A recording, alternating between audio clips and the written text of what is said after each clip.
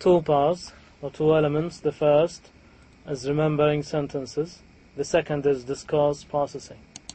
The contents first, we're going to have a quick definition of the term discourse.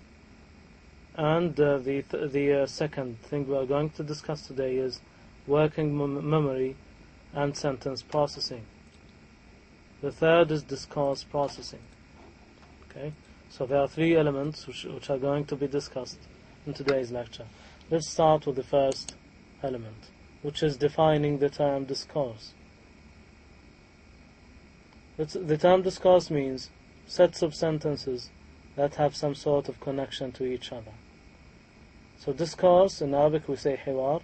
Discourse, and what discourse means is, as you are having a conversation with someone, you are going to have a set of words, a set of sentences. These sentences are connected to each other. This is called discourse. There are a couple of items which help you understand the discourse. Of course, as you are a member of a discourse, as you are a member having a conversation with someone, you are going to make use of some items which help you understand the discourse. The first is the topic of the discourse. For example, the topic can be technology. If you know what the people who are having the conversation are talking about, it is going to be easy for you to understand. This is why elderly people, this is why old people do not prefer to listen to conversations about technology, because they don't understand about the topic and they find it difficult to follow. But for you young people, you know about technology, so it is going to be easy for you to engage in the conversation, to engage in the discourse. So this is the first thing, the topic. The second thing is the participants.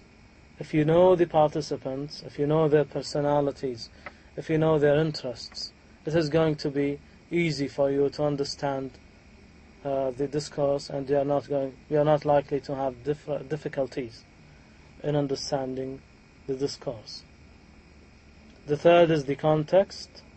What we mean by the context is the speech before the discourse and the speech after it.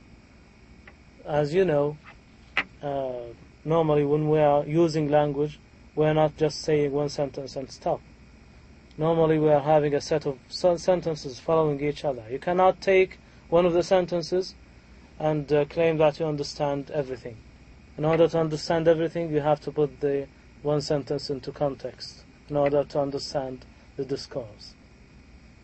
The second is the function, is the purpose of the discourse. Why are these 2 or 3 or 4 people having this discourse? What is the purpose of this discourse? So these 4 elements help you understand the discourse. The first is the topic, second, participants, the third is context, and the last is function. These are all in play for successful engagement within a discourse. Okay? One important thing which helps you in discourse is memory. There are 2 types of memory. The first is working memory, and the second is long-term memory. What we mean by working memory is the short-term memory.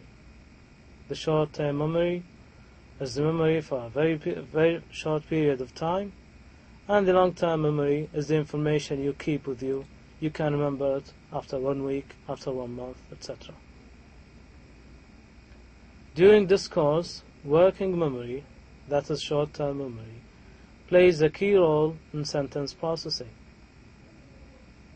in understanding sentences. You are making use of your memory. For instance, here we have a study by Justin Carpenter. The study showed that people with low memory spans, those who cannot remember things for a very long period of time, people with short-term memory, with short span of memory. People with low memory spans have more difficulty with subject-object relative clauses than do people with high memory spans. So as you are engaging in discourse, it is going to be a bit difficult for you to engage in the discourse and to understand what the discourse is all about if you have a very weak memory. As I said earlier, there are two types of memory. There's working memory, short-term memory, and long-term memory. In the short-term memory, you try to remember words, digits, numbers, figures, etc. In the long-term memory, you are trying to memorize your general understanding of the discourse. Let's suppose that you are having a discourse with a friend of yours today, or having the discourse now. After 1 minute, you are going to be able to recall some of the words which you have used, both of you have used. You are going to be able to recall some of the numbers you have mentioned in your discourse, but later, next week or next month, this is going to be a bit difficult. It is going to be difficult for you to understand, or it is going to be difficult for you to recall the words, but it is going to be easy for you to tell what the conversation was about. After 1 month, perhaps it is going to be easy for you to recall that your conversation was about sports, your conversation was about computers, etc. Long-term memory, there are three important things which happen to sentences when they get stored in long-term memory. So now we are going to discuss the memory which is long-term, which has a span of 1 week or 1 month, etc. So there are three things which happen to sentences as you store them for a very long time. The first is information about the structure and even individual lexical items is lost. So you forget about the individual lexical items, the vocabulary items, you forget them. What kind of information? This is forgotten. What remains is the meaning. What remains is the topic of the conversation, or the topic of the sentence. The second thing which happens is the meanings of many sentences are combined, so individual sentences are no longer have independent representations. You don't remember every single sentence. What happens is you combine many sentences together, you are able to tell what the conversation was about in one sentence. You combine many sentences. The third is you are making inferences. Inferences are added to representations of meanings. You are making conclusions. You are able to tell conclusions. Okay? You can tell, for example, that the person you had the conversation with was bored.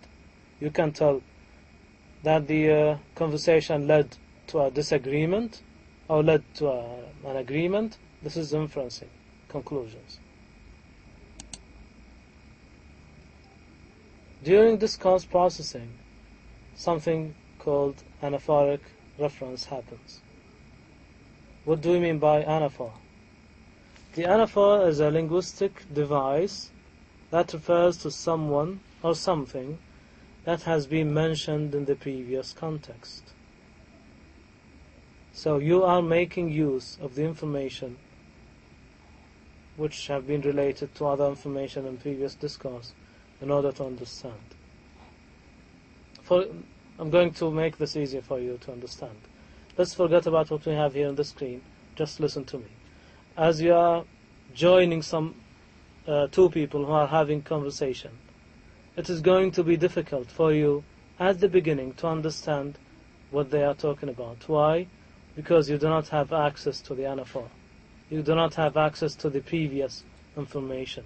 The previous information always help you to understand well. If you join people at the middle of the conversation, this is going to be difficult for you to understand. rather than if you join them from the beginning. Okay, let's continue reading. An anaphor can be either a pronoun or a definite noun phrase. Okay, so it can be of many types. Let's look at the example we have here. Sarah got a new baby yesterday. The little darling slept with her last night. Alright? Here we have an anaphor, the little darling. What does it refer to? It refers to the new baby. And we have her. What does it refer to? It refers to Sarah. Let's suppose that you have entered a room and found two people having this discourse of the same sentence.